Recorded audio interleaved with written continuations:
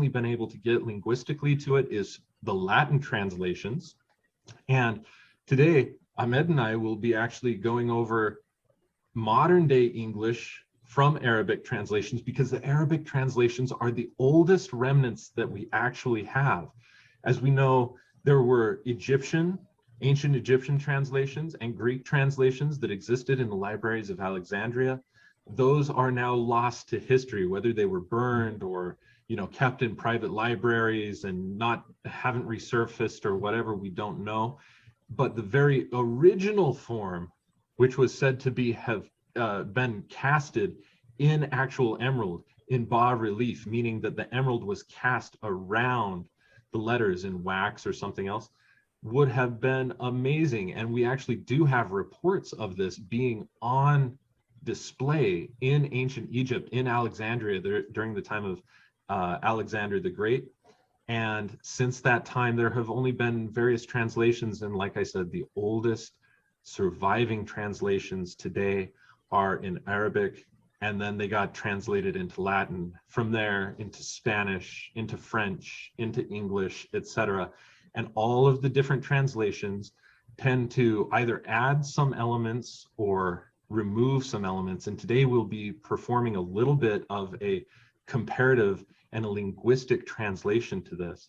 So Ahmed, thank you so much for joining us today, brother. It's been such a wonder and so much fun working with you over the past couple of weeks since you reached out to me. Thank you so much. Yeah, you're welcome. I'm very honored to help out with this. I think what we're doing here is very important and may help people all around the world, really.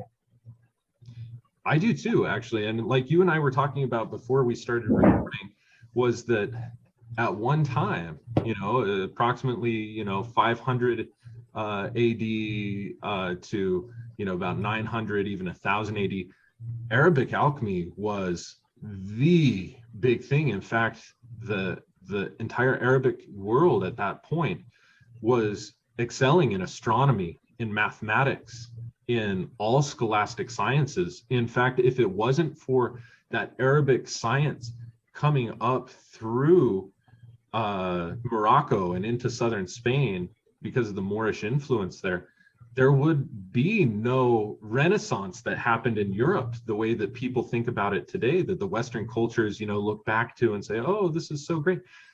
It was specifically because of the preservation and the adaptation and the acceleration that the Arabic world had given to us at that time, that Europeans were even able to get onto the bandwagon of mathematics and astronomy. So I think that this is a beautiful opportunity, because we have the opportunity to reconcile history in the modern day, where all of our talents, all of our achievements from history can make their way into the social fabric, regardless of where we're from. And we can understand and appreciate the contributions of every culture to the heritage of what we have all inherited today. So I think I'm super excited about this talk, personally. Yeah, and just to give the listeners a few examples, algorithms, which we hear all over the place today, Yes. comes from the name of a mathematician. His last name was Al-Khwarizmi, you know. Algebra comes from Al-Jabr. I think it's Jabr. Yeah. Jabr bin Hayyan. And there are a lot of examples of that too. If we look up in the sky, a lot of stars are named Arabic names. Yes. You know. So yeah, it brings me joy to remember that we kind of passed the torch. We held it. Yeah. We lit it stronger, and we kept it going. You know. Yeah. Yeah.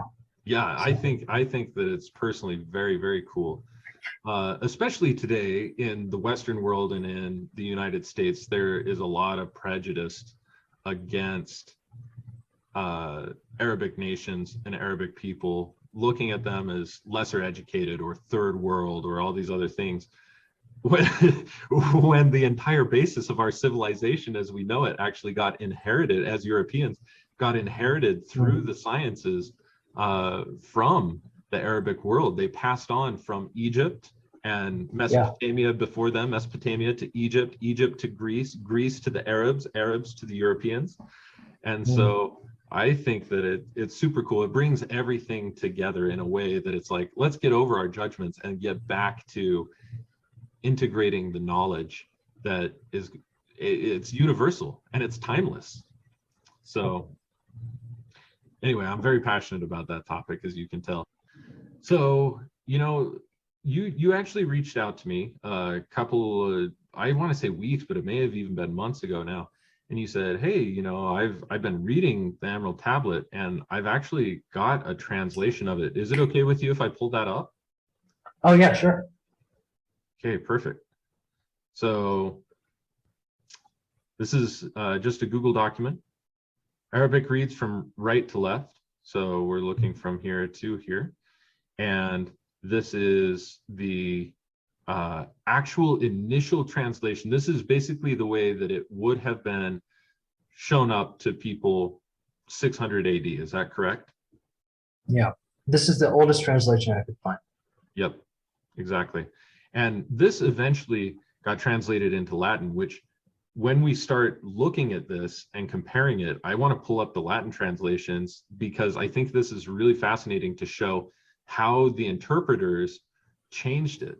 And, this is something that's really important because today, a huge part of my work is to read Paracelsus' work, who was a Swiss alchemist who was speaking Middle High German and writing in Middle German, which are, there's all these different successions of, and based on class, what type of language they were reading and writing and speaking and stuff. And so